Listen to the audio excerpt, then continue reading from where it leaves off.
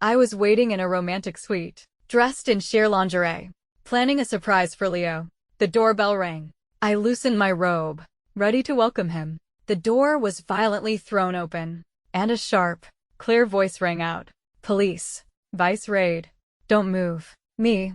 Leo. Are you out of your goddamn mind? Do you know what day it is? I even told you in advance. Today is our 100-day anniversary, and you're conducting a vice raid on me. Why don't you just arrest yourself? Leo stood opposite me, the door now tactfully closed by his colleague. Ava. I was on a mission. I didn't expect you to book this particular hotel. It would have been better if he hadn't said that last part. Hearing it, I completely exploded. You didn't expect it. I messaged you asking which hotel to book, and you're the one who sent me the location. If you had a last-minute mission, you could have just told me. I was so excited to surprise you. And for what? To have you and a bunch of your colleagues show up to watch me make a fool of myself. Leo, you don't care about me at all. I grabbed my bag, wrapped my coat tightly around myself, pushed past him, and headed for the door. Just as I opened it, Leo caught up and blocked my way. I thought he was going to apologize, to coax me, to beg for my forgiveness. But he said, you need to go with them to the station, give a statement, and cooperate with the investigation. Me, you can give your own damn statement. You're the one involved. I used your ID to book the room. With that, I left without a backward glance. So, you're really going to break up with Leo? You two have known each other since kindergarten, elementary, middle school, high school. You were always together. After all those years, you finally started dating. It's only been 100 days, and you're calling it quits. I swirled the empty wine glass in my hand, a bitter taste in my mouth. His mind is only ever on his cases, his missions. What does being his girlfriend even mean? I'm not asking him to cater to my every whim or put me first all the time. But how many times has he bailed on me at the last minute for work? So many of those times. He could have just told me beforehand. Mia, it's not about whether I can let him go. It's about whether he's worth it. I had been in love with Leo for 10 years. After we finally got together, I became so anxious and insecure that I didn't even feel like myself anymore. Rather than continue like this, it was better to go back to being childhood friends. It would be easier for both of us. Alright, if you've made up your mind, I'm with you all the way. Perfect timing. I went to a mixer the other day and got a few handsome guys' numbers. I'll take you out to meet them sometime. Seeing that I was decided, Mia stopped trying to persuade me. She raised her glass and downed it in one go. Leaving the bar, Mia, an even bigger lightweight than me, could barely walk straight and had to lean on me. I was hailing a cab for her on the street when I saw her boyfriend arriving to pick her up. After handing Mia over, I declined his offer to drive me home and walked alone. Without realizing it, I ended up near the station where Leo was working. One of his colleagues saw me right away. Ava, are you here to see Captain Leo? He's inside. Been in a foul mood all day. I hesitated at the door for a moment, but eventually went in. Even if I was going to break up with him, after so many years as friends, a part of me was still reluctant. I can assist Captain Joe on this case. As a woman, the suspect will be less guarded around me. No, it's too dangerous for you. What's the big deal? I've seen it all. You, on the other hand, have been distracted these past couple of days. Is it because of Ava? This whole thing is my fault. I shouldn't have called you for backup on such short notice that day. It has nothing to do with you. It's my problem. Ava is good-natured. She'll have cooled down in a few days, but you have to at least try to win her back. You can't just expect her to calm down on her own. It was the voices of Leo and his junior colleague, Isla. Every word of their conversation reached my ears. A chill spread through my limbs. They were worried about each other, cared for each other. Leo seemed more concerned about her than he ever was about me. I bit my lip, turned around, and left without going inside. As I passed someone in the hall, he asked in surprise, "Hey, Ava, leaving already? Why not stay with Leo a little longer?" I didn't say a word, just kept my head down and hurried away. A moment after I stepped outside, someone grabbed me and pulled me into an embrace. "Here to see me. Have you forgiven me?" Leo seemed to be in a better mood. Was it because of me? Clearly not. It was because of Isla. I pushed him away. "Let's break up. I'm realizing now that we're not right for each other. And you don't like me that much, either." When I said I wanted to break up, Leo fell silent. To me, that was a form of agreement. I refused his offer to take me home. Isla followed us out and offered to give me a ride. My intuition told me she had something to say. I agreed. On the way, she kept defending Leo, talking about how dedicated he was to his work, how loyal he was to his colleagues. She praised him as a rare and wonderful man. I grew tired of listening and asked her directly, Isla, you like Leo, don't you? Because she was in love. She knew every detail about him, rattling them off like a treasured list. She was stunned for a moment, but didn't try to hide it. Yes, I like him. But don't worry. I know you're the one he likes. I would never cross any lines or try to come between you. Does Leo know? I asked quietly, my eyes fixed on her fingers, which were twisting nervously in her lap. It's pretty obvious that you like him. Do you think he knows? She quickly waved her hands in denial. Please don't overthink it.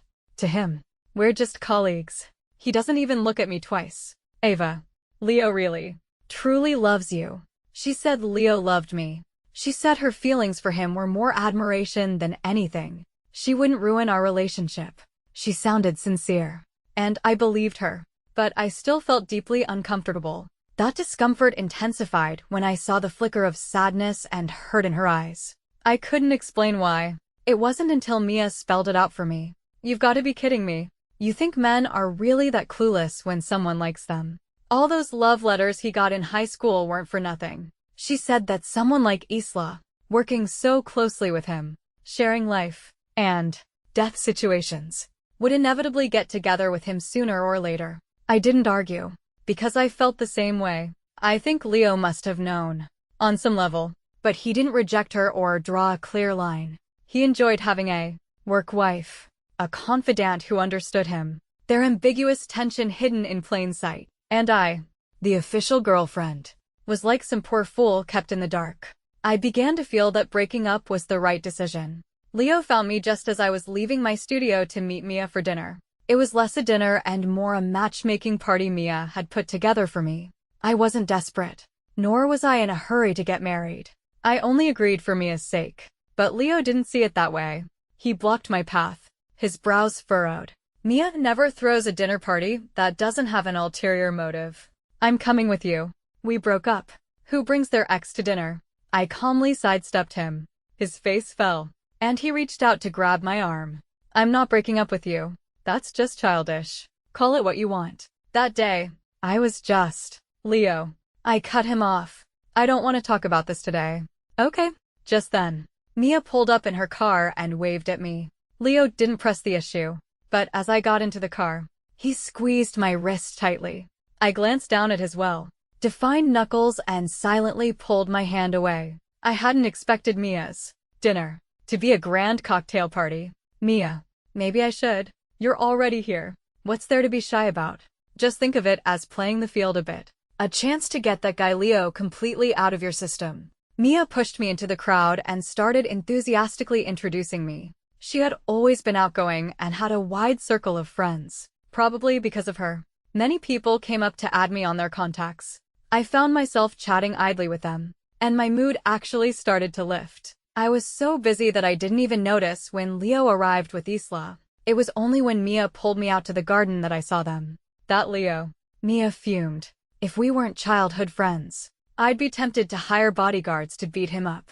I couldn't help but laugh. Forget it. 10 bodyguards couldn't take him. Shortly after we went out to the garden, a commotion erupted by the swimming pool. Screams and a splash sounded at the same time. Mia and I exchanged a look and immediately headed over with 2 security guards. When we got there, we saw Leo pulling a drenched Isla from the water. The venue's paramedics were performing CPR on her. Leo called her name a few times, and she woke up. Out of courtesy, I went over to see if she was okay. But as I knelt down, Isla suddenly cupped my face and, without warning, kissed me. My pupils dilated. My mind went blank. What was she doing? Something soft. Oh, for God's sake, why was she kissing me? It was soft, cool, like jelly. But why?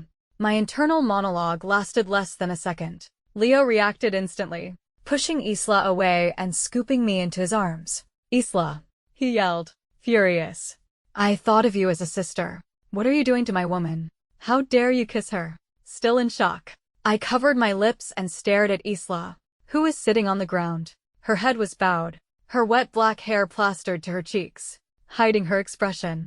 But I could still see her sadness. As if sensing my gaze, Isla pushed herself up with a shaky hand, her posture filled with a stubborn pride. When she looked up, I finally saw the desolation on her face, and an unconcealed frankness.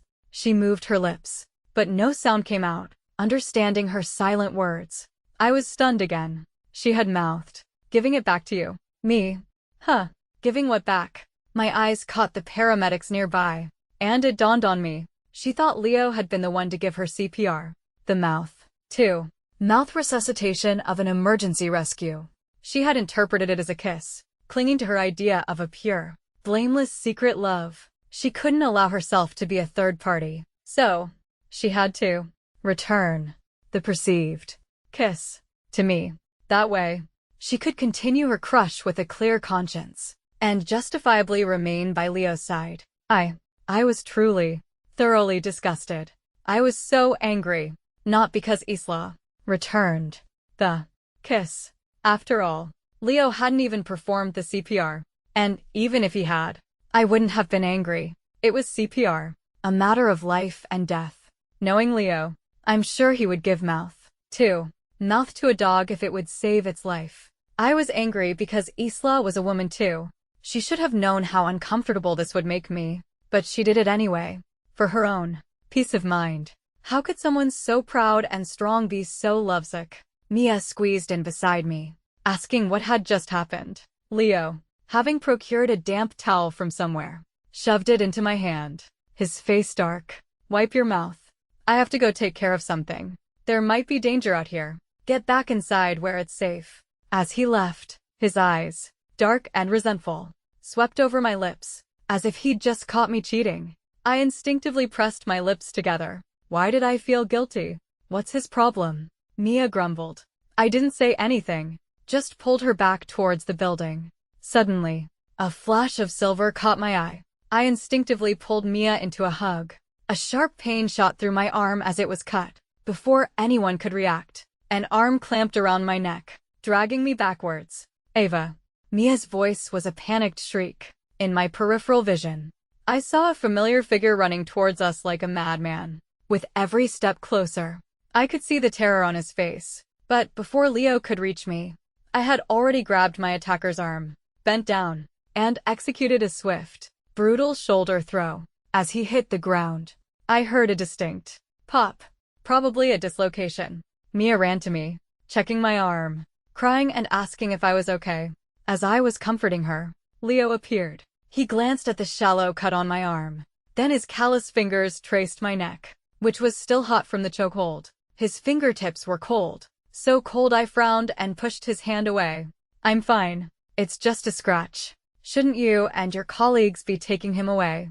I don't know what I said to set him off, but his face suddenly darkened. He swept me into his arms and carried me towards the paramedics' vehicle. "Are you stupid or what?" he grumbled, his tone harsh. "I told you to go inside. Why were you still lingering outside? Don't think you're invincible just because you know a few self-defense tricks. You were lucky this time. What if that guy had been prepared for you? You think one shoulder throw would have been enough?" I knew he was worried about me, but his words were anything but kind. And I had a scratch on my arm. I wasn't paralyzed. After my wound was bandaged, Leo was about to leave. He took a few steps, then turned back, pulled my head into his chest. His abs were hard against my ear.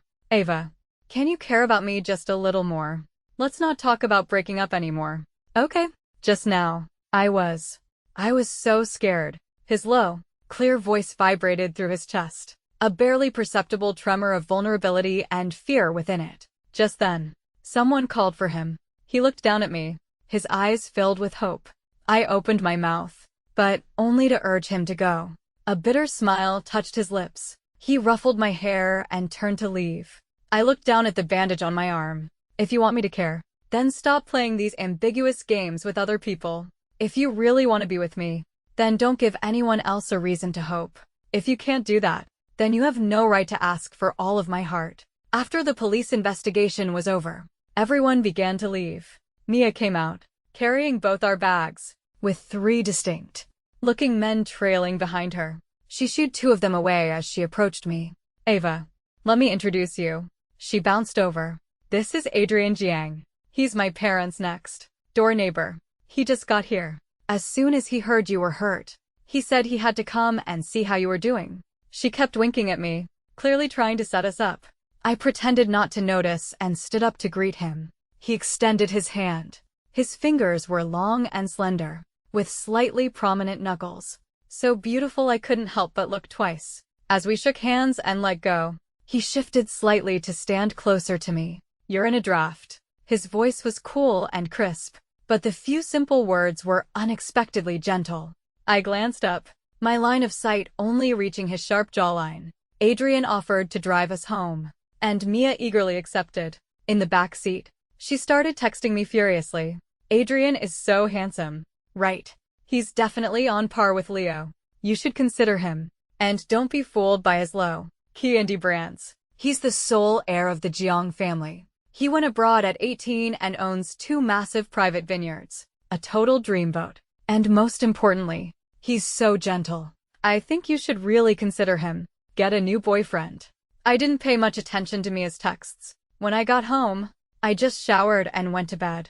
I was woken the next morning by a handsome face, magnified, right in front of mine. How did you get in? I gasped, clutching the blanket to my chest. Leo looked innocent, his voice plaintive. Your mom let me in. Ava, why didn't you reply to my messages last night? If it's still about the vice raid, I'm sorry. I was wrong. I promise it won't happen again. Can we stop fighting, please? He was very close, inching nearer with every word. I covered my mouth and shrank back. Let me brush my teeth first. Okay. Wait for me at the cafe downstairs. I'll be right there. Leo agreed readily. As he left, he urged me to hurry. But when I got downstairs, I saw him standing with Isla. Why did you kiss my Ava? Don't you know she's my girl? No wonder you've been acting so weird lately. Always asking if we've made up. Are you really trying to steal her from me? Look, even if you like, she likes me. I'm a man. You get what I'm saying? Right. Back off. Understand. From behind 2 trees, I could hear snippets of his conversation. His logic was so convoluted it was almost funny. Did he really not know how Isla felt? I shook my head and walked out. Isla saw me first. She didn't look happy, and she turned her face away when she saw me. Leo rushed over, reaching for my hand. I instinctively pulled away, my gaze still on Isla. Why are you looking at her? He demanded. And when did you 2 get so close? She even knows where you live. Did you break up with me for her? I was speechless again. Leo, do you really not know? Or are you pretending? Isla Lee. I cut myself off just in time. Glancing at Isla, I was waiting for her to confess her feelings herself. But our eyes met, and she remained silent. Leo wouldn't let it go. He grabbed my shoulders, demanding I finish my sentence. He then demanded an explanation from Isla for kissing me. Isla couldn't explain. With the arrogance of a queen, she just said, "This is absurd," and walked away. Without an answer, Leo started pestering me. I couldn't even eat breakfast in peace. My patience snapped. She thought you were the one who gave her CPR. So she was. Returning your mouth to me through her own lips. Honestly, I had imagined many possible reactions from Leo. Anger was not one of them. He said that even if he had done it, only he could return it to me. It had nothing to do with Isla. He said that Isla had clearly been after me for a long time. You don't mess with a brother's wife. She even dared to make a move on my girl. I'm going to settle this with her. He stormed off, but not before staring at my lips for a long time. I stood there for a moment. A black car pulled up to the curb. The window rolled down. Miss Summers. Adrian leaned forward, his face framed by the open window. His charming eyes had a gentle downward tilt. Mr. Jiang. What a coincidence. Are you on your way? Not a coincidence. And not on my way, he interrupted, his tone soft and even. I came specifically to have breakfast with you. Mia told me there's a great breakfast spot around here. She recommended I try it. I paused, realizing this was another of Mia's matchmaking schemes. Since he had come all this way, I couldn't very well tell him I had already eaten. I forced a smile and led him to the cafe. watching him elegantly roll up his sleeves and sip his soy milk as if it were fine wine. He seemed like a natural aristocrat, a world away from the loud, clumsy Leo. After breakfast, he offered to drive me to my studio, not wanting to be rude or hurt his feelings. I accepted. I'm a jewelry designer. After graduating, I partnered with a senior from university to open a private studio. Initially, our orders came from my and Mia's parents' connections. As our reputation grew, we started taking on clients from the entertainment industry. Recently, a top idol praised our craftsmanship online, and we were suddenly flooded with orders. I was too busy to dwell on my issues with Leo. Perhaps because I was so busy, Leo came to pick me up several times, only to find me asleep in the car. He seemed to want to say something on several occasions, but I pretended not to notice. Has Ava been this busy lately? I was half asleep, leaning against the window, when I heard Isla's voice from the back seat. Leo, who was driving, shushed her. Don't wake her up. Just then, I felt a gentle hand brush a stray strand of hair from my forehead. For a fleeting moment, I felt a pang of guilt, as if I had misjudged him. If I hadn't heard what came next, I might have actually believed it and made up with him. Maybe you should just drop me off here. I can get a cab. Perhaps worried about waking me. Isla's voice was very low, but I could tell she had leaned forward, closer to the driver's seat. The car didn't stop. Leo's voice was slightly chiding. It's so late. I can't just let you, a girl, hail a cab on the side of the road. What if something happens? Stop making trouble and just sit tight. I was just worried you were tired. I'm fine, he said. It's supposed to rain tomorrow. Remember to bring an umbrella. You get cold easily, so don't forget an extra jacket. Hearing his familiar, natural concern for Isla, my heart clenched. I shifted slightly. Isla's hushed voice moved back. Okay, I know. You should worry more about Ava. The rest of the drive was a silent agony. A sour taste filled my mouth, but I swallowed it down. When we finally reached my apartment, Leo started to unbuckle my seatbelt. I flinched and slapped his hand away, unbuckling it myself and practically fleeing from the car. Ava. He got out and caught up to me, his eyes full of confusion. What's wrong? Did you have a nightmare in the car? Why are your hands so cold? He took my hand, trying to warm it in his pocket, as he always did. I pulled it back forcefully, my hand trembling. Leo, starting tomorrow, don't pick me up from work anymore. Why? Because. I bit my tongue. We've already broken up. We should keep our distance. Leo's face darkened, and he stepped closer. Ava, what more do you want from me? I thought we were past this after I apologized. You still want to break up? The raid was my fault. I was careless. I'm sorry.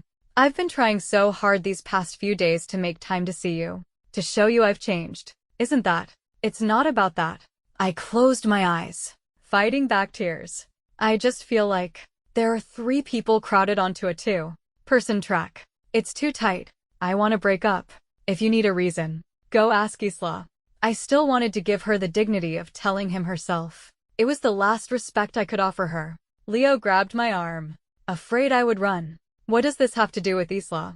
Last time, she thought you were the one who gave her CPR, and she treated it like a kiss. Did you ask her about that? She said she was afraid you would misunderstand.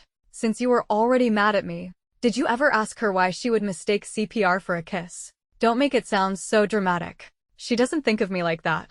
To me, she's just like one of the guys. His instinctive defense of her settled the matter in my heart.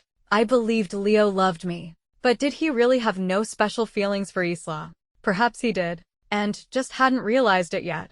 I nodded slightly, not wanting to argue further. Go ask her yourself, until she's willing to tell you the truth. Let's not see each other. Let's both take some time to cool off. Leo left in a fury, convinced I was just being unreasonable.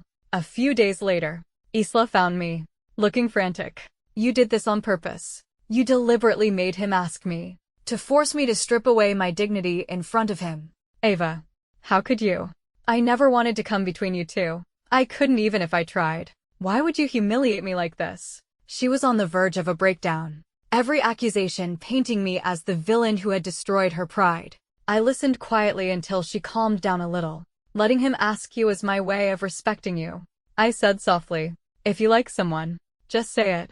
We're all adults. Hiding in the shadows like a centipede, Expressing your feelings under the guise of friendship.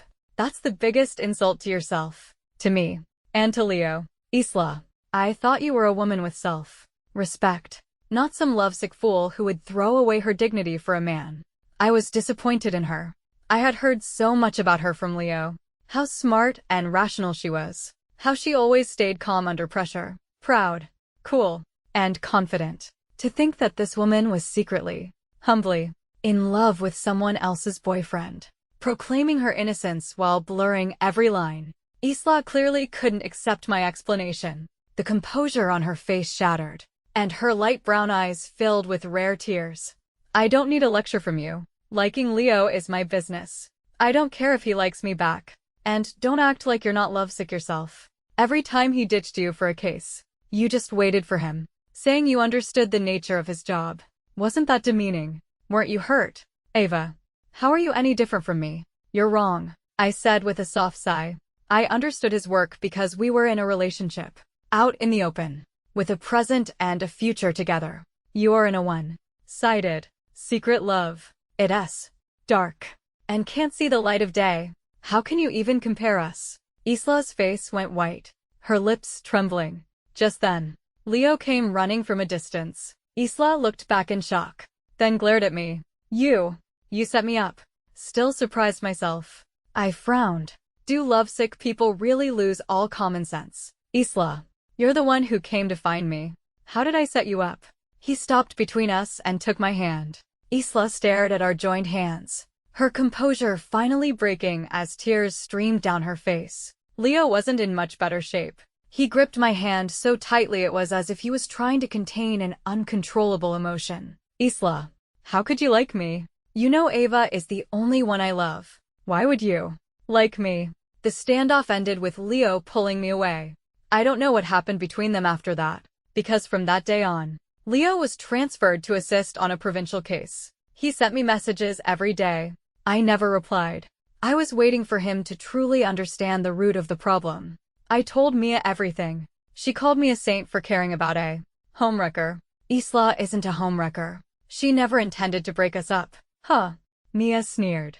Ava, I know you're always lenient with other women, but you can't deny she's selfish. Right. She knew he had a girlfriend, but she didn't control her feelings or maintain a proper distance. She was constantly doting on him. How is that any different from what a mistress does? She says she won't interfere, but that's just to absolve herself of guilt. She's a hypocrite. She grew more agitated, her voice rising and drawing stares from others in the restaurant. All right, let's not talk about her, I said, calming her down. Don't be so angry. I was just trying to give her some dignity, for my own sake as well. Leo and I have broken up. What she does now has nothing to do with me. I believed Isla truly didn't want to come between us. But feelings are not a matter of want. They are irrational. If there was a problem, I still believed the biggest problem was Leo. Mia was still not satisfied. To cheer herself up, she called Adrian. He has an ambiguous friend, so we can have one too. And ours is post breakup. We're doing this openly. That'll show him. After learning that I was single, Adrian started appearing more frequently. At first, he would find excuses. After a while, he just came. Mr. Jiang, you're the CEO of a publicly traded company. How do you have time to come to my humble studio for tea every day? I finished my last design and looked up to see him sitting on the sofa, sipping tea. His long legs were casually crossed, his posture elegant and relaxed. Hearing my teasing, he wasn't annoyed. He turned to meet my gaze, his thin lips curving into a slight smile. I don't have time. It was a great effort to carve out this little bit. Because it was an effort, it is all the more precious. So please, Miss Summers, spare me a few more glances each day. I was taken aback, my ears growing warm. Mia had told me that in their circle, Adrian was a notorious workaholic and a brilliant businessman. After he took over his family's company, its growth had been explosive. I gradually learned that he often didn't get home until 3 or 4 in the morning, only to be up for early meetings the next day. And yet, he still managed to find time to come see me every day, sometimes just to pop in and say hello. The day before Leo returned, Isla came to see me. I was just closing up the studio. She brought a cake, I've applied for a transfer to another city. I probably won't be around much anymore. The other day, I was too emotional. I never meant to hurt you. I hope you can forgive my offense. Also, I've made things clear with Leo. Actually, I really envy you. You never seem to lack for love. You look like a sweet, naive girl, but you're more clear-headed than anyone. We sat at a small table. She divided the cake into 3 pieces. This is me, she said, taking one piece. And that's you and Leo. You were right. My secret crush was disrespectful to all 3 of us. I said I wouldn't interfere, but I didn't maintain any sense of propriety or distance. I smiled faintly. There's no one else here. Just you and me. I took the cake knife and cut one of the remaining pieces in half. This cake is delicious. Why don't we just enjoy it ourselves? If we can't finish it, we can throw it away. We can always buy a better one next time. Right. She looked at me, stunned, then laughed. A look of relief on her face. Ava, she said, you truly deserve to be loved. If it weren't for Leo, I think I'd be in love with you. Just like your friend. I smiled without a word. She didn't know that. Even with Leo in the picture, I had once admired her greatly. After Isla left, I was just thinking that Adrian hadn't shown up today when I walked out of the building and saw him leaning against his car. Under the streetlights, dressed in all black. He looked cool and solitary. He walked toward me, holding a bouquet of ice, blue roses. You've had someone else's cake. Shouldn't you accept my flowers now? He looked down, a lock of his short hair falling casually over his forehead. That's a fair point.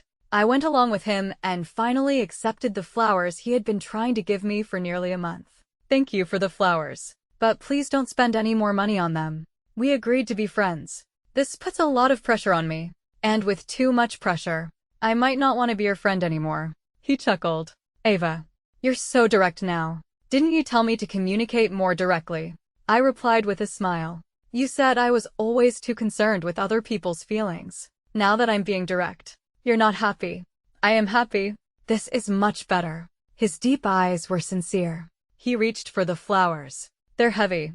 Let me put them in the car for you.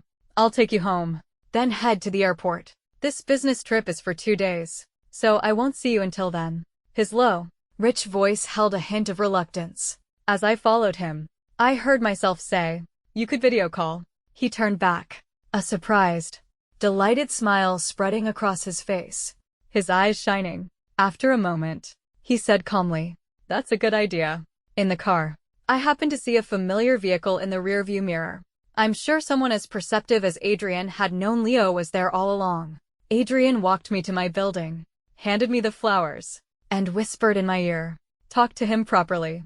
After he left, Leo emerged from the shadows, flicking a lighter on and off. Ava, under the dim streetlights, his handsome face, which I hadn't seen in a while, was hazy and dreamlike. His bright eyes were filled with regret and longing.